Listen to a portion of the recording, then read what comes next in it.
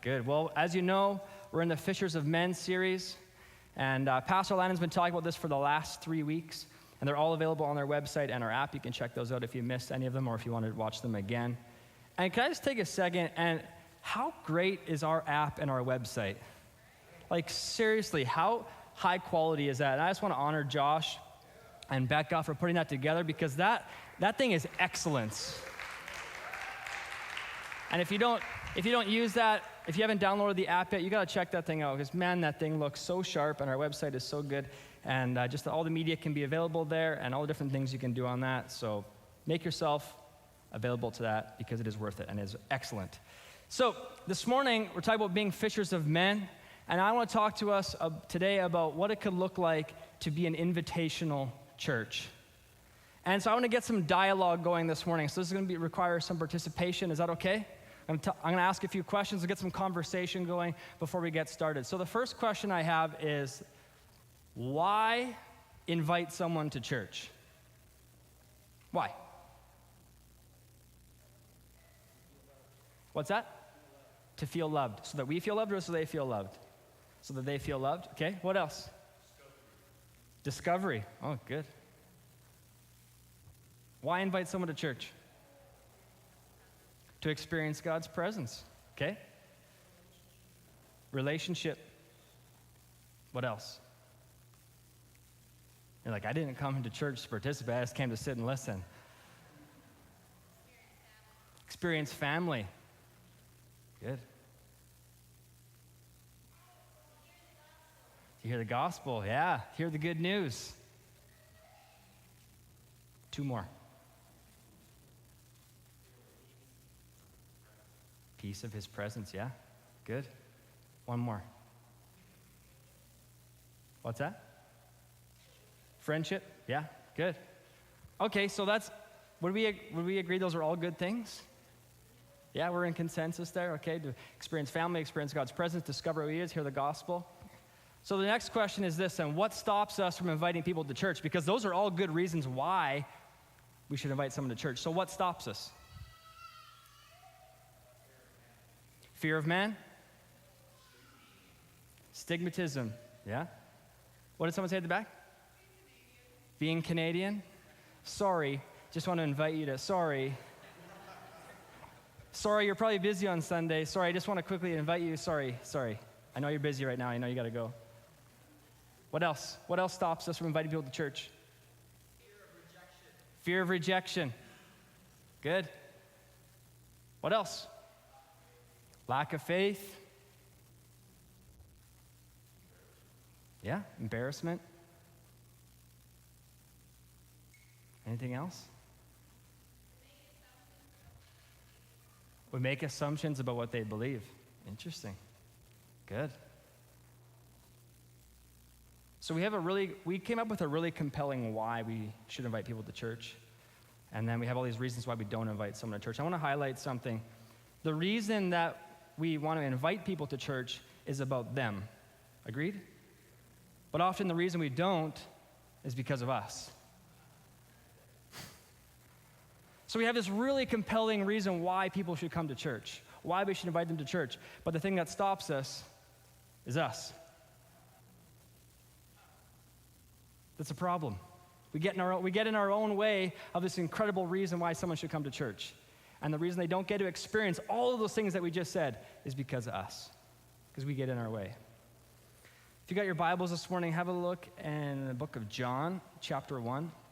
It's in the New Testament, Matthew, Mark, Luke, John is where you'll find it.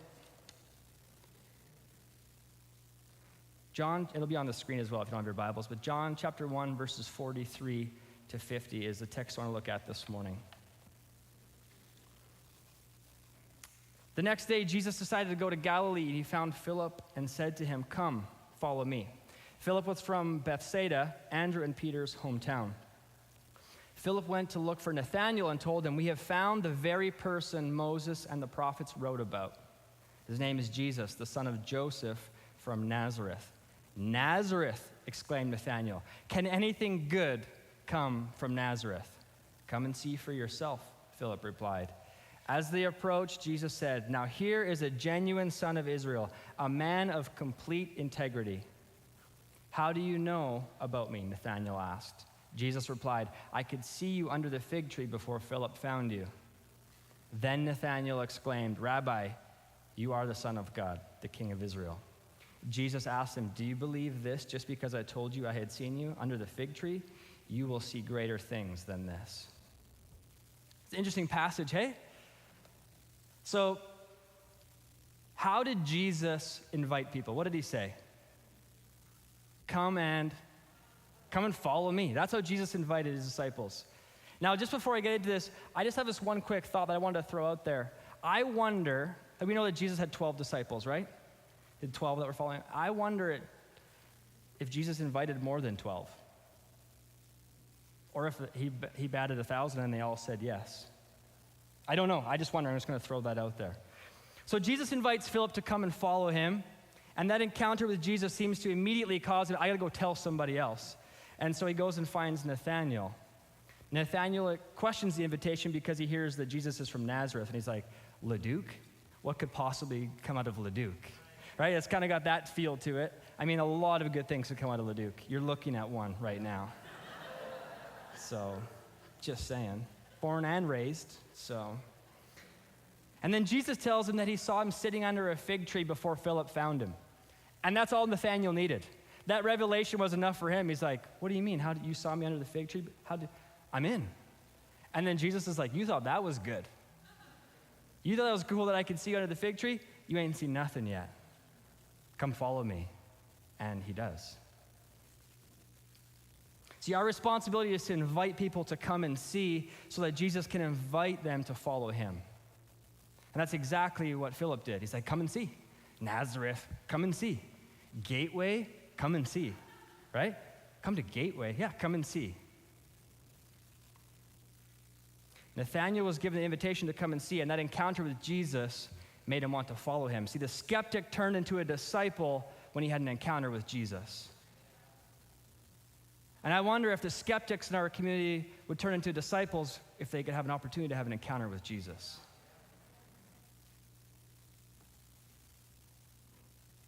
And I think we often let the voice of the skeptic in us stop us from inviting people when we forget the power of an encounter with Jesus and what that could mean for somebody. We say, come and see, and then Jesus says, follow me. So what are we inviting people to? When we say, come to Gateway, what are we inviting them to? I'll give you 4 hints. They're on the wall that you can see around you, they're on the wall. So the first thing we're inviting people to belong. We talked about, some of you guys already mentioned that. An opportunity to belong. Well, that means to be accepted, to belong in family even before they believe. And that's a novel thought sometimes for us because I think lots of times we say, well, hey, you're a Christian, you should come to my church because you already believe and that would be easier. What if people actually have the opportunity to belong here before they believe? We're inviting them to connection, to family, to experience healthy family and community, relationship. We talked about all these things. So that means if the invitation is to belong, that means we have a responsibility to welcome everybody into the family, to make sure everyone is welcomed into the family. If that's what we're inviting them into, we all have a responsibility to make sure that happens. Would you agree? You should come to Gateway because the pastors will make you feel like you belong. No. You should come to Gateway because everyone will make you feel like you belong. Because that's who we are. We're family. So the next thing we're inviting people to is discover. And then that came up in one of the questions. Why should we invite people to church? To discover. To learn about who God is. To explore what Christianity is all about. To experience who God is. And to discover who their identity is in Christ. That's what we're inviting them into. And that means if the invitation is to discover, then we have a responsibility to provide that environment for people to experience the love of God. If we're inviting people to discover, we got to make sure they have an opportunity to discover. That's our responsibility. Next thing we're inviting people to is to follow. That means giving people an opportunity to accept Jesus' invitation to follow him. To experience transformation. To receive healing, to experience forgiveness, That's what it means when you follow Jesus, what you get access to.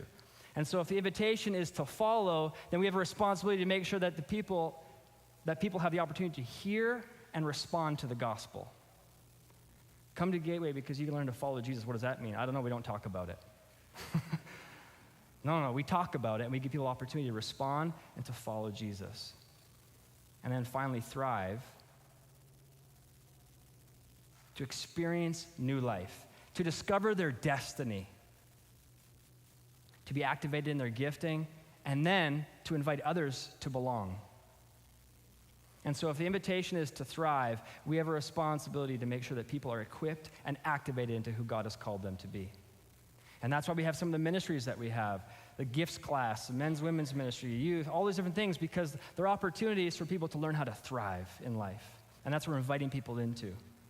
And so when you hear people say, I just don't really feel like I belong. Oh, you should come to my church because you get to belong there. I've never really had a chance to discover who God is. You should come to my church. Never really understood what following Jesus means. Oh, you should come to my church. I just don't really feel like I'm thriving in life. Oh, you should come to my church. Because all these things are going to be evident. And that's what we're inviting people into. But then there's the question that makes us all nervous. What if they show up? So that sounds really good to invite them to. Yeah, but then what if they actually come? Welcome them. Say hi, say welcome, we're glad that you're here. Offer them a coffee, show them around, invite them to sit with you, introduce them to your friends. You know things you would do if you invited someone to your house? It's exactly the same. Oh, welcome, here's the bathroom if you need it. Oh, would you like some coffee? Here, come sit by me. These are some of my other friends who I've invited over. You see what I'm saying? It's not complicated. If they come, treat them like it's your home. Because we're God's family and this is his house. So let's just treat them the same way you would if you invited them over to your house. We make it so complicated. And we got this fear of rejection creep in. And really, they're not rejecting you, they're rejecting Pastor Josh. Really, I mean, so the pressure is totally off. If you're feeling, I just want to be rejected, it's like they're not rejecting you, they're rejecting the one who sent you, which was Pastor Josh.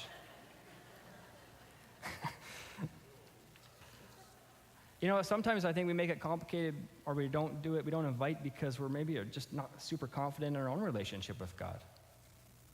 Well, I don't even have things figured out yet. I can't really invite someone. What if they ask me a question I don't know the answer to? Here's the answer. This is maybe revelation for some of you. If someone asks you a question about God that you don't know the answer to, I'm going to give you the answer. I don't know. You're allowed to say, I don't know. But you should come to my church. Maybe we'll talk about that. Don't feel like you have to have all the answers. We put so much pressure. What if they ask me about the rapture? Or what if they ask me about transubstantiation? I don't even know what that means. I don't know is the answer. But I would love to find out. Maybe we can find out together. Take the pressure off. Or maybe we make it so complicated because we're afraid of how they'll respond to God or how they'll respond to church. But if that's the case this morning, I want us to redefine the win when it comes to inviting someone to church. See, because we put so much pressure, and the big reason I think we don't invite people to church is we put all this pressure on us to make it so complicated, and we've determined whether a success or failure of our invitation is if they come to church or not. That's how we decide if our invitation was successful. That's how we decide if it was success, is if they actually show up. And this morning, I want to suggest that we redefine the win. See, the problem is with the win being if they come to church or not is that's something you can't control. You can't control that, if they come or not. You can't control how they respond. So what if the win was this? You invited. You extended the invitation. That's the win. That takes a little bit of the pressure off, doesn't it? What if we redefine the win and invitation, not so if they come and become an active member of our church and they're here for the rest of their life. The win is that, hey, you should come to my church sometime. Success. You did it. You invited. That's it. Pressure's off. That's the win. Can you do that?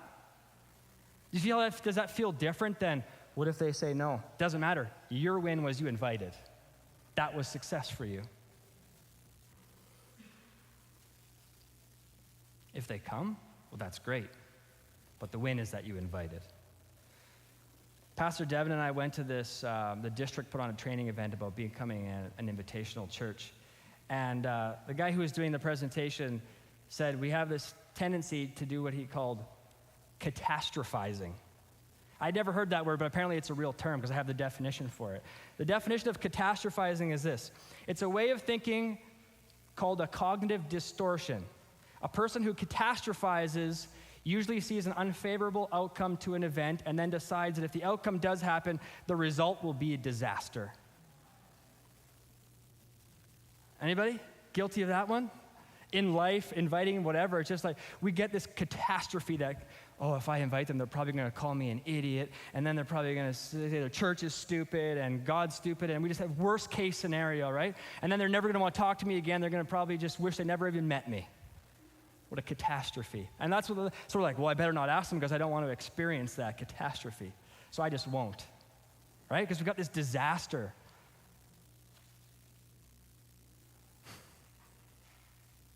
The problem is with this type of thinking, though, is that it robs us of extending a potentially life-changing invitation to somebody.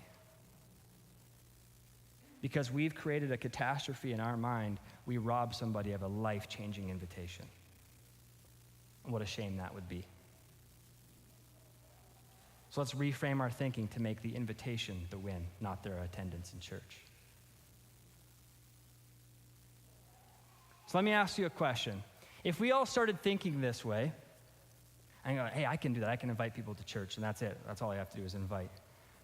Do you think it would be possible that we could invite, as a church, 10,000 people in a year to come to church? Or does that seem like no chance? Well, I've got a spreadsheet to help break it down.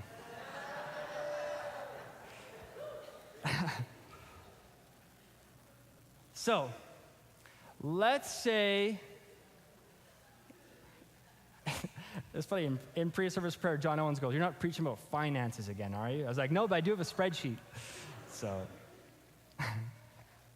let's say our goal is 10,000 people, to invite 10,000 people in a year. And we average just over 400 people, including kids, at Gateway on a Sunday morning, okay? So if you're good at math, you already know that means that's 25 invitations this year for you, each of us. 25 people, that sounds like a lot. But if you drop it down per month, that's 2 invitations per month. Or if you want to break that down per week, that's only inviting half a person per week. That's possible. Or maybe it's only half the invitation. You have to find them later in the week to finish the invitation. I don't know, the next week, but 2 people per month? If we all invited 2 people per month, we could invite 10,000 people to Gateway this year. What if it was 20,000 people? Let's get crazy here. 20,000 people, still 400 of us. That's 50 people per year. That sounds like a lot. But if you're good at math, you can already figure this out. That's 4.2 or 1 person per week. And we could invite 20,000 people. And the good news is Rick invites like 4,000 people per week, so he takes a lot of our quota. This guy, Rick and Manon Wilkins, if you want, those guys know how to invite people to church and know how to share the gospel. If you want to be inspired, talk to Rick and Manon for a little while, and they'll talk to you about how to share the gospel in any conversation within like the first 14 seconds. It's unbelievable. It's truly inspiring, but they invite people because he has understood. We were talking this week, actually, and he said, you wouldn't believe what I was like before I met Jesus. Because he knows what the power of an encounter was for him, and he doesn't want anybody else to miss out on that opportunity. And we'll talk about that a little bit more in a little bit. But I've got a bigger goal for us yet. What if we invited 34,000 people, a.k.a. the population of Leduc? What would it take for us as a church to invite 34,000 people? That everybody in Leduc would have the opportunity to be invited to Gateway. Well, there's still only 400 of us. You guys, some of you are already ahead of me because you got math skills. That's 85 people per year per person, which again sounds like a lot, but if we break it down, 7 people per month or 1.6 people per week. Man, if we invited 2 people per week, each of us, that's it, 2 people per week, 34,000 people in the course of a year get invited to Gateway. That's all of Leduc. And let's say, let's be super conservative here. Let's say 1% of those people actually came. Let's say. Can anybody do that math? That's 340 people. That almost doubles the size of our church if 1% of the people we invite come. And yet we've made a success for us that 100% of our invitations have to be successful. What if 1% of our invitations were successful? 340 people started coming to our church because we invited 2 people per week. When you break it down like this, it's so achievable, isn't it? You might just say, well, why do you include kids in there? Well, because kids are part of the 34,000 people in our community. And our kids, you better believe, know how to invite people to church, and they will as well. But just let this sink in for a second. If I personally, me, invite 2 people per week, the Duke gets invited to our church. And maybe they don't come to our church, but they go to another church because someone invited them to our church, but they get to experience Jesus. That's still a win for me. The win is that they experience Jesus, not that they come to the church. But our win is that we invite them to church to at least get the ball rolling in their minds. Jesus, wow, I got invited to church. 3 different people this week invited me to Gateway. What the heck is going on? Maybe there's something to it. Maybe. Maybe there is something to it. Why are we here every week? Why have people been talking about Jesus for the last 2,000 years? There must be something to it. Why are we holding that in? Let's start inviting people to church. Well, you don't have to invite people to church. We can share the gospel. Go ahead. Do it. I'm trying to make it easy for you. Just invite them here. We'll take care of it as a family. If you can do it on your own outside, that's fantastic. But I want to make it achievable for everybody, which is, hey, you should come to Gateway sometime. You can do that. And you can invite 2 people per week. I guarantee you can do it. And every time you invite somebody, it gets easier and easier and easier. That's why Rick's inviting 4,000 people per week, because he's been doing it for years, and it gets easier and easier and easier, and he's seen the power of transformation in his own life, and he wants other people to experience the same thing.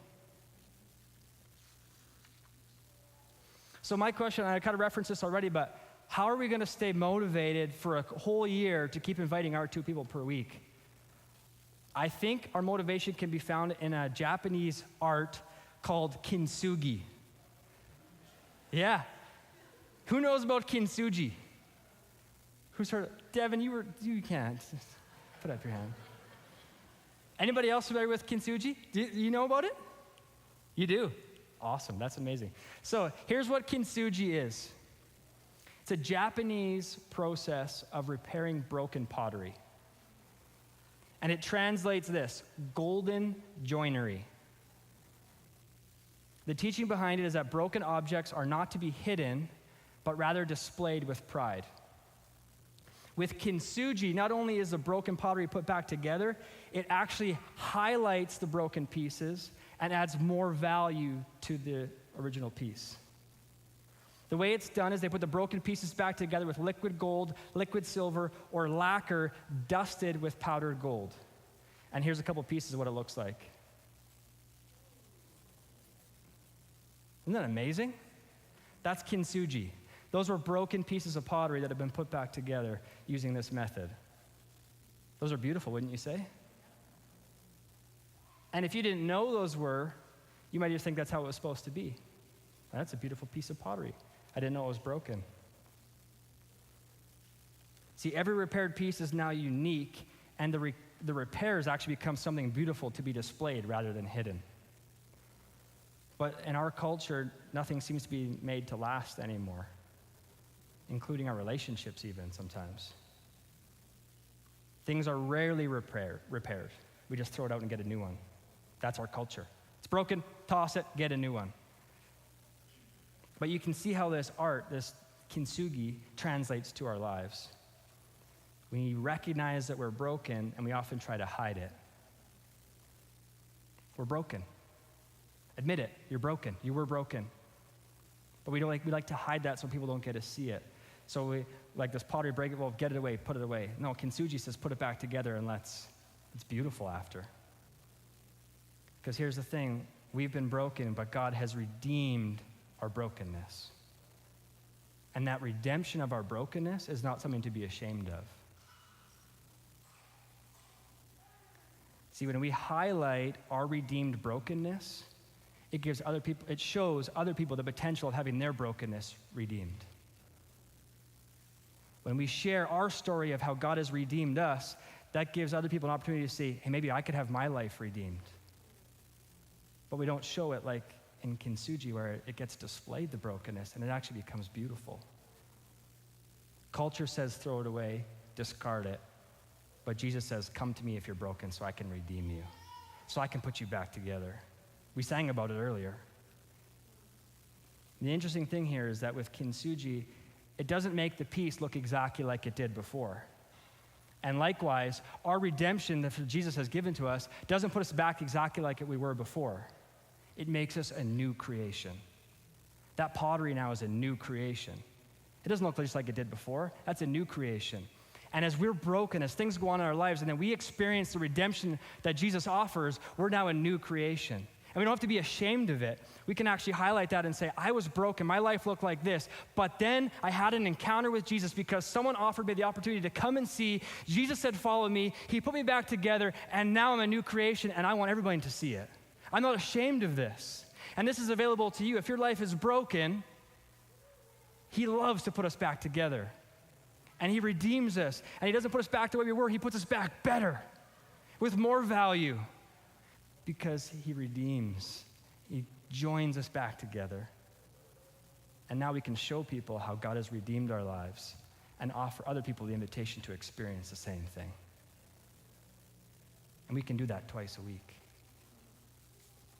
See, our story of redemption is the testimony that opens the door for an invitation. Our story of redemption opens the door to say, you should come and experience the same. So who's going to invite them into this process? We invite people to come and see so that Jesus can say, follow me. Let's pray. God, we thank you for your redemption that you offer to everyone. We thank you that you love to put us back together, and you're so creative at doing it, and you make us so much better than we thought we were before. And God, we recognize that we have a community of people who don't know your saving redemption grace that's available to them. So God, I'm asking this morning for us as a church to be awakened to the reality that there are people who need your redemption. God, would you inspire us? Would you birth something in us to invite people to experience the saving knowledge of who you are? And God, as we take those steps of inviting people to church, whether they come or don't, whether they laugh in our face, whether they tell us we're crazy, God, would we continue to do it because we know and we believe the power that you have to change people's lives. God, would you inspire us? Would you keep it in the front of our minds for this next year to invite 2 people per week and see what happens in our community and what happens in our church? God, we want to invite people to experience you. We don't want to invite people to a social club. We don't want to invite people to a program. We want to invite people to experience Jesus. And God, I pray as people come and experience you, you would extend the invitation to follow me, and we would see our community transformed. God, thanks for the opportunity to partner with you and to go on this journey with you. We want to see our community transformed. Give us the boldness to do it, I pray, in Jesus' name. Amen.